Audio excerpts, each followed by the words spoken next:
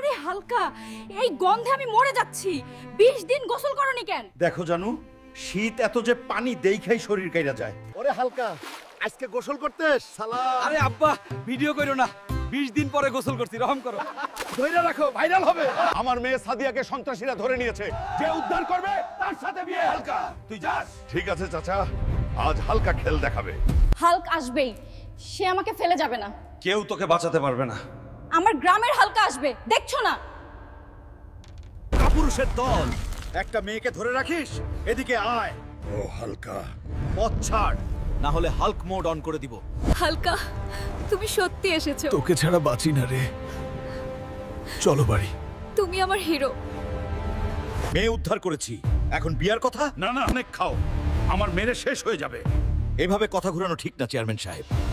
শ্বশুর আব্বা, আমি আইতেছি। খালা, তোর বাড়িতে তো ভাত নাই তাই না? আব্বা, মাছ ফ্রাই পাইলে সব ভুলে যাব।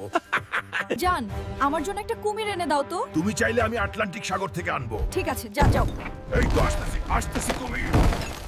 দেখো জানু, তোমার জন্য কুমোর নিয়ে আইছি। আরে বাবা, এই তো আসল কুমোর। সেলাই কইরা ভাজা কইরা নাও।